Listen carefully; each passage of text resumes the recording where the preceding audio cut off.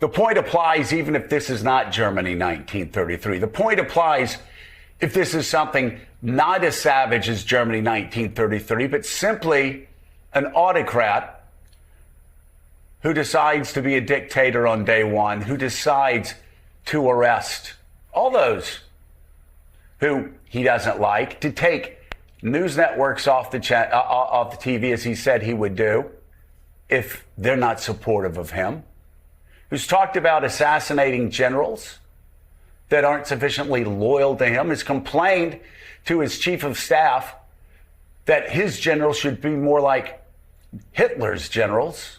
Of course, Hitler's generals tried to kill Adolf Hitler, but Donald Trump didn't know history, so he didn't know that.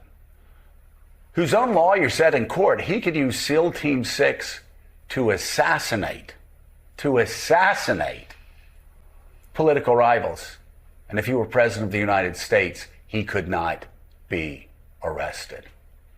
As somebody close to Donald Trump told me this past weekend, this is a president who's not seeking re-election, so maybe, just maybe, now could be the time for both parties to get to work. And I know, given the jarring headlines that we read every day, that may seem like a stretch, but think about this. Of the 150 million votes cast, Donald Trump got 50%. Kamala Harris got about 49%. So I don't know. Seems to make sense for leaders of both parties to seek common ground, if it's possible at all. And I will tell you, a lot of Democratic leaders we've talked to this past week, since the election, have told Mika and me it's time for a new approach. And when I say top Democrats, I mean top Democrats. They said, we're open, and this was before we talked to Donald Trump.